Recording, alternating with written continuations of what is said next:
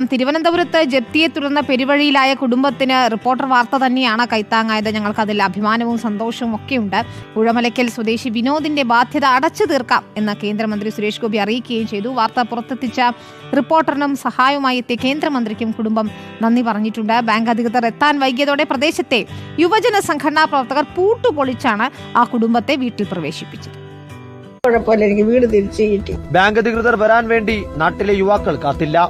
പൂട്ടുപൊളിച്ച് DYFI youth Congress പ്രവർത്തകർ കുടുംബത്തെ സുരക്ഷിതരാക്കി. നിങ്ങൾ ഇവിടെ പ്രശ്നം ഉണ്ടാകരുത്. ഹായ് ഹലോ, എല്ലാവർക്കും പുതിയൊരു വീഡിയോയിലേക്ക് സ്വാഗതം. രാഷ്ട്രീയം കൊണ്ട് എല്ലാം മൂടപ്പെട്ട് നിൽക്കുന്ന സമയത്ത്, എല്ലാവരും തമ്മിലടിച്ചുകൊണ്ടിരിക്കുന്ന സമയത്ത്, ഇന്നലെ രാത്രി ഈ ഒരു വാർത്ത കേട്ട സമയത്ത് ഭയങ്കര സന്തോഷമുണ്ടായ ഒരു കാര്യമാണ്. കാരണം ഈ അമ്മയുടെ ഈ പറഞ്ഞിരുന്ന ജപ്തി നോട്ടീസിൽ വന്നിരുന്ന തുക 4,01,000 രൂപ ഈ പറയുന്ന റിപ്പോർട്ടർ ചാനൽ ഇടപെട്ടതിനെ തുടർന്ന് നമ്മുടെ കേന്ദ്ര സഹമന്ത്രിയായിട്ടുള്ള സുരേഷ് ഗോപി ഈ പൈസ അടയ്ക്കാമെന്ന് അദ്ദേഹം ഏറ്റു.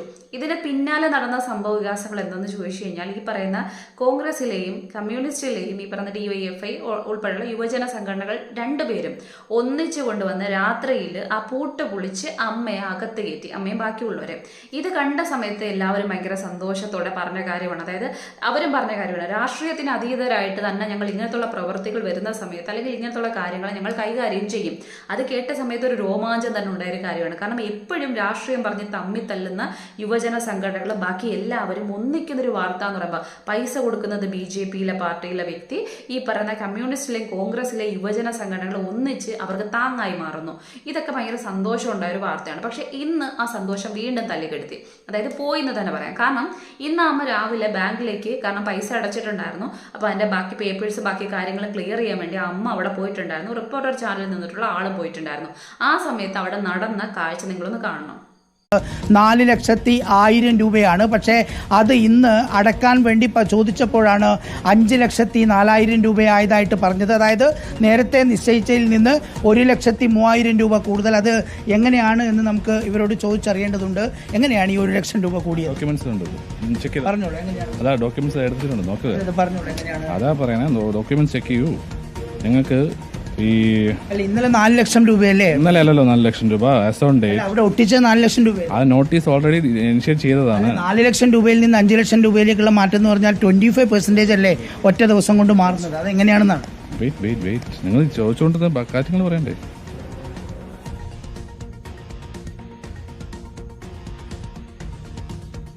ഈ നോട്ടീസ് ഇഷ്യൂ ചെയ്തിരിക്കുന്നത് 1st of ഒക്ടോബറിലാണ്. As per the notice 29/2024 amount ആണ് അതിൽ മെൻഷൻ ചെയ്തിരിക്കുന്നത്.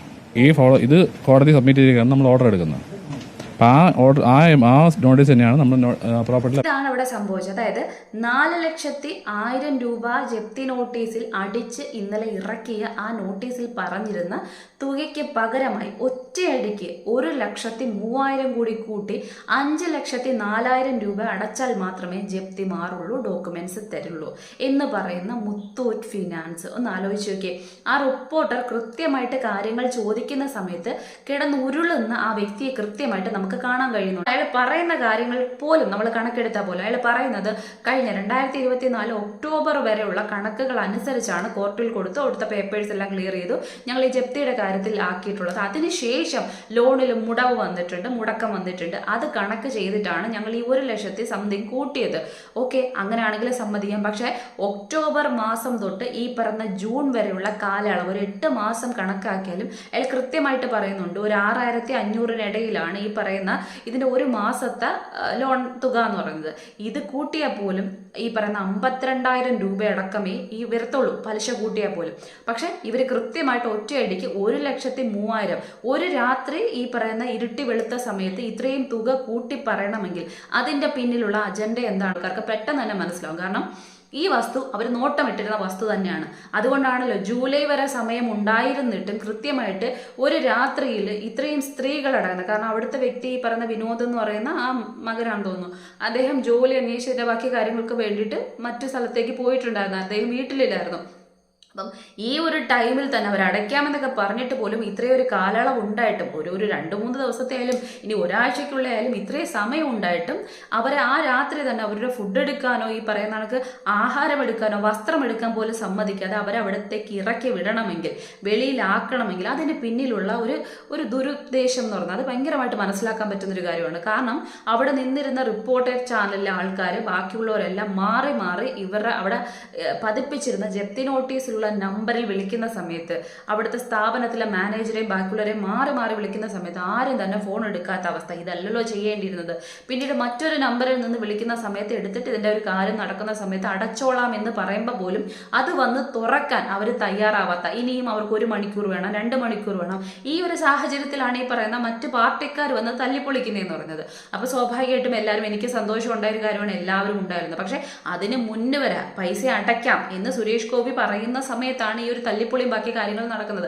ബാക്കി എന്ത് വേണമെങ്കിലും നടന്നോട്ടെ, അതും അവിടെ ഇരിക്കാം, അവർ നല്ല മനസ്സോടെ ചെയ്തെന്ന് വയ്ക്കാം. പക്ഷെ എനിക്ക് ദേഷ്യം വന്നൊരു കാര്യം, അല്ലെങ്കിൽ വീണ്ടും ഒരു കൺഫ്യൂഷൻ ഉണ്ടാവുന്ന ഒരു സാഹചര്യം എന്ന് പറഞ്ഞത്, ഇന്നലെ അത്രയും ചെയ്ത ഈ യുവജന സംഘടനകൾ ഇന്ന് 1 ലക്ഷം രൂപ കൂട്ടുന്ന മുത്തൂറ്റ് കമ്പനിക്കെതിരെ അല്ലെങ്കിൽ ആ ഫിനാൻസിനെതിരെ എന്തുകൊണ്ട് സമരവുമായി മുന്നോട്ട് വരുന്നില്ല, എന്തുകൊണ്ട് പ്രതിഷേധവുമായി മുന്നോട്ട് കൊണ്ടുവരുന്നില്ല?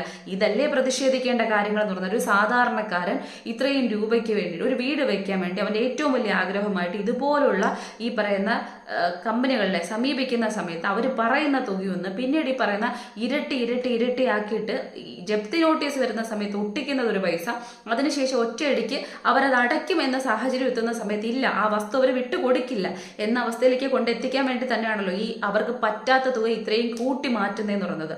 അപ്പൊ തോന്നിപ്പോകുന്ന, അല്ലെങ്കിൽ കുറച്ചു പേർത്തേക്ക് അന്വേഷിച്ച സമയത്ത് മനസ്സിലാക്കാൻ പറ്റിയ ഒരു കാര്യം എന്ന് പറയുന്നത്, ഇതുപോലെയുള്ള കമ്പനിക്കാര് ഇവരുടെ അല്ലെങ്കിൽ ഇവരുടെ പേരിൽ കൊടുത്തിരിക്കുന്ന അല്ലെങ്കിൽ ഇവരിൽ നിന്ന് എടുത്തിരിക്കുന്ന ലോൺ ഉണ്ടല്ലോ, ഈ ഒരു വസ്തുവിന്റെ ഡോക്യുമെന്റ്സ് മറ്റ് സ്ഥലങ്ങളിൽ വെച്ചിട്ട് മേ ബി അങ്ങനെ ചെയ്യാനുള്ള സാധ്യത ഉണ്ടെന്ന് പറയുന്നു.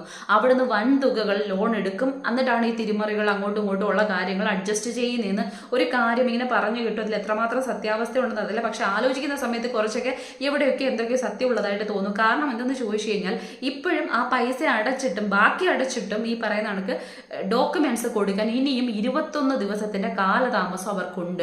അത് ക്ലാരിറ്റിക്ക് വേണ്ടി വേണം. അതെന്താണ്, ഒരാൾ ഈ പറയുന്ന അവരിൽ നിന്ന് പൈസ എടുത്തിട്ടുണ്ടെങ്കിൽ അത് ജപ്തിയാവോ എന്തോ ആവട്ടെ, ആ സമയത്ത് തിരിച്ചടയ്ക്കാൻ വേണ്ടിയിട്ടുള്ള എല്ലാ കാര്യങ്ങളും അവർ ചെയ്യുന്ന സമയത്ത്, ആ പൈസ അവരടയ്ക്കുന്ന സമയത്ത് അവരെ ഈ പറയുന്ന പെരുവഴിയിൽ പാതിരാത്രി സ്ത്രീകളാണെന്ന് പോലും പരിഗണന കൊടുക്കാതെ ഇറക്കി വിട്ട മഹാന്മാർക്ക് അവരുടെ ഡോക്യുമെന്റ്സ്, അവർ പൈസ അടച്ചിട്ടുണ്ടെങ്കിൽ ആ ഡോക്യുമെന്റ്സ് ആ നിമിഷത്തിൽ കൊടുക്കണം. അതല്ലേ റൈറ്റ്സ് എന്ന് പറയുന്നത്. അതിലപ്പുറത്തേക്ക് 21 ദിവസത്തിന്റെ കാലയളവ് അവർ ചോദിക്കുന്ന എന്തിനാണ്? 1 ദിവസത്തിന്റെ കാലയളവ് പോയിട്ട് ആ സ്ത്രീകളെ ഇന്ന് രാത്രിയെങ്കിലും നിങ്ങൾ അവിടെ കിടന്നോ, നിങ്ങൾ സ്ത്രീകളല്ലേ എന്ന പരിഗണന കൊടുക്കാത്ത ഒരു കമ്പനിക്ക്, ഒരു കോർപ്പറേറ്റ് കമ്പനിക്ക് എന്തിനാണ് ഈ പറയുന്ന 21 ദിവസം അവർ പൈസ അടച്ചിട്ടും കാലതാമസം വരുന്നത്? അതുകൊണ്ടാണ് സംശയം വരുന്നതെന്ന് പറഞ്ഞാൽ, ഈ ഡോക്യുമെന്റ്സ് ഇവരുടെ കയ്യിൽ തന്നെ ഉണ്ടോ, അതോ ഈ ഡോക്യുമെന്റ്സ് ഇവർ മറ്റെവിടെയെങ്കിലും വെച്ചിട്ട് ഇവർ അധിക തുക എടുത്ത് വെച്ചിരിക്കുകയാണോ, ഇതാണോ ഇതിന് പിന്നിലുള്ള കളി? ഇങ്ങനെ കുറെ കാര്യങ്ങൾ തോന്നുവാണ്. ഇത്രയും വലിയൊരു പ്രശ്നം നടന്നിട്ട് എന്തുകൊണ്ടാണ് ഈ പറഞ്ഞ യുവജന സംഘടനകൾ ഇന്നലെ രാത്രി പൂട്ട് തല്ലിപ്പൊളിക്കാൻ പോയവര് ഇന്നിതിൽ പങ്കെടുക്കാതിരുന്നത്? ഇന്നലെ ചെയ്തത് ആത്മാർത്ഥമായിട്ടുള്ള പ്രകടനമാണെന്നുണ്ടെങ്കിൽ അതെനിക്ക് ഏറ്റവും ഇഷ്ടപ്പെട്ട ഒരു കാര്യമാണ്. കാരണം ഒരു തരത്തിലുള്ള രാഷ്ട്രീയം നോക്കാതെ എല്ലാ ആൾക്കാരും ആ അമ്മയ്ക്ക് തുണയായി നിൽക്കുന്ന സമയത്ത് നമുക്ക് സന്തോഷമാണ് ഉണ്ടാവുന്നത്. ഇങ്ങനെയും ചിന്തിക്കുന്ന യുവതലമുറയിൽപ്പെട്ട ആൾക്കാരുണ്ടല്ലോ, രാഷ്ട്രീയത്തിന് അതീതമായിട്ട് മനുഷ്യത്വം ചിന്തിക്കുന്നവരുണ്ടല്ലോ എന്ന് ആലോചിച്ച് സന്തോഷിച്ച വ്യക്തിയാണ് ഞാൻ പറയുന്നത്. പക്ഷെ ആ കാണിച്ചത് കൃത്യമായിട്ടുള്ള ഒരു ഈ പറയുന്ന ഉത്തരവാദിത്ത ബോധമോ അല്ലെങ്കിൽ ഈ പറയുന്ന യുവാക്കളുടെ ധർമ്മമോ ഒക്കെ ആയിട്ടുള്ളതായിരുന്നെന്നുണ്ടെങ്കിൽ സ്വാഭാവികമായിട്ടും ഇന്ന് ഈ പ്രശ്നത്തിന് പിന്നാലെ അവർ വരേണ്ട കാര്യമുണ്ട്. ഇത് ഇത്രയും വാർത്തയിൽ കോളിളക്കം സൃഷ്ടിച്ചുകൊണ്ട് വീണ്ടും ഈ വാർത്തയാവുന്ന സമയത്ത് ഇവരത് കാണുമല്ലോ, കേൾക്കുമല്ലോ, എന്നാൽ നടന്നൊരു പ്രവൃത്തിയല്ലേ. അപ്പൊ സ്വാഭാവികമായിട്ടും എന്തുകൊണ്ട് മുത്തൂറ്റിനെതിരെ ഇവർ സംസാരിക്കുന്നില്ല, എന്തുകൊണ്ട് ഇവരുടെ ഈ പറയുന്ന പ്രതിഷേധം ഉണ്ടാവുന്നില്ല, ചർച്ച ഉണ്ടാവുന്നില്ല, ഒന്നും തന്നെ സംഭവിക്കുന്നില്ല? അപ്പം എന്തിനൊക്കെയോ വേണ്ടിയിട്ട് നടക്കുന്ന ഈ പറയുന്ന എല്ലാം ഒന്ന് സെറ്റിലായി, എന്നാൽ പിന്നെ നമ്മൾ പോയി ഇതങ്ങ് ചെയ്തേക്കാം എന്നൊരു രീതിയോ, കാരണം ഇതിനു മുൻപ് ഇതുപോലുള്ള കാര്യങ്ങൾ കുറച്ച് മുൻപ് നടക്കുന്നത് നമ്മൾ കണ്ടിട്ടുണ്ടായിരുന്നു പല സ്ഥലങ്ങളിലായിട്ട്. അപ്പം ഇതൊക്കെ കാണുന്ന സമയത്ത് ഇത് വെറും ഒരു പ്രകടനമാണെന്ന് എനിക്ക് തോന്നിപ്പോയിട്ടുണ്ട്. അത് എത്രമാത്രം ശരിയോ തെറ്റോ എന്നറിയത്തില്ല. ഇത് എൻ്റെ തോന്നലാണ്, എൻ്റെ വ്യൂ പോയിന്റാണ്. ഞാൻ പറഞ്ഞല്ലോ, പറഞ്ഞതിന് ഒരു ന്യായീകരണമുണ്ട്, ഒരു ന്യായമുണ്ട്. അപ്പോൾ സ്വാഭാവികമായിട്ടും ഈ പറയുന്ന മറ്റൊരു കാര്യം അതുകൂടി പറയണമല്ലോ. ഈ പറയുന്ന കണക്ക് സുരേഷ് ഗോപി എന്ന് പറയുന്ന ഒരു വ്യക്തി, അദ്ദേഹം രാഷ്ട്രീയത്തിൽ വന്നതിന് ശേഷം ശരിയാണ് ചില കാര്യങ്ങൾ, പ്രകടനങ്ങൾ അല്ലെങ്കിൽ ഇതിനോടൊക്കെ വിയോജിപ്പ് പ്രകടിപ്പിച്ചിട്ടുള്ള ഒരു വ്യക്തി തന്നെയാണ് ഞാൻ തോന്നുന്നത്. പക്ഷെ ഞാൻ അതിനോടൊപ്പം തന്നെ പറഞ്ഞിട്ടുണ്ടായിരുന്നു, അതിന് മുൻപുള്ള സുരേഷ് ഗോപി എന്ന് പറയുന്ന വ്യക്തിയെ ഭയങ്കരമായി ഭയങ്കരമായിട്ട് ഇഷ്ടപ്പെട്ടിരുന്ന ഒരു വ്യക്തിയാണ്. അദ്ദേഹത്തിന്റെ ഈ പറഞ്ഞ മറ്റുള്ളവർക്ക് ഉപകാരം ചെയ്യുന്നതടക്കമുള്ള കാര്യങ്ങൾ, അതുമൂലം അദ്ദേഹത്തിന് വന്നിട്ടുള്ള പ്രശ്നങ്ങൾ, ഭവിഷ്യത്തുകൾ വരെ കേട്ടറിഞ്ഞിട്ടുള്ള ഒരു വ്യക്തിയാണ്. അദ്ദേഹത്തിന്റെ കുടുംബം പോലും തകരുന്ന അവസ്ഥയിലേക്ക് പോയിട്ടുള്ളത്. അപ്പൊ അതുകൊണ്ട് തന്നെ ആ ഒരു വ്യക്തിയോട്, അല്ലെങ്കിൽ ആ വ്യക്തി ചെയ്യുന്ന പ്രവൃത്തിയോട് ഭയങ്കരമായിട്ട് ഇഷ്ടം ഉണ്ടായിരുന്ന ഒരു വ്യക്തിയാണ് ഞാൻ പറയുന്നത്. ആ ഇഷ്ടക്കൂടുതൽ കൊണ്ട് തന്നെ ഈ വ്യക്തി രാഷ്ട്രീയത്തിൽ വന്ന സമയത്ത് എല്ലാവരും കുറ്റം പറയുന്ന സമയത്ത് സ്വാഭാവികമായിട്ടും അതെനിക്ക് എന്തോ ഒരു അരോചകമായിട്ട് തോന്നിയിട്ടുണ്ട്. അതായത് ഈ വ്യക്തി എന്തിനാണ് ഇങ്ങനെ ചെയ്യുന്നത്, മേ ബി ഇഷ്ടക്കൂടുതൽ കൊണ്ടാവാം, ഇങ്ങനെ ചെയ്യാതിരിക്കണേ, അല്ലെങ്കിൽ അത് തന്നെ പറയുകയും ചെയ്തിട്ടുണ്ട്. പക്ഷെ ഇന്നലെ കുറച്ച് ഈ പറയുന്ന ചാനൽസിന്റെ മുന്നിൽ വന്ന് ഇദ്ദേഹം സംസാരിച്ച കാര്യങ്ങൾ കേട്ട സമയത്ത് എന്തൊക്കെയോ പഠിച്ചതുപോലുണ്ട്. അതായത് ചാനൽസിനെ എങ്ങനെ കൈകാര്യം, മാധ്യമങ്ങളെ എങ്ങനെ കൈകാര്യം ചെയ്യണമെന്ന് കൃത്യമായിട്ട് പഠിച്ചതുപോലെ ചെറുതായിട്ട് തോന്നിയിട്ടുണ്ട്. അങ്ങനെ തന്നെ പോട്ടെ, അങ്ങനെ തന്നെ ആയിരിക്കട്ടെ.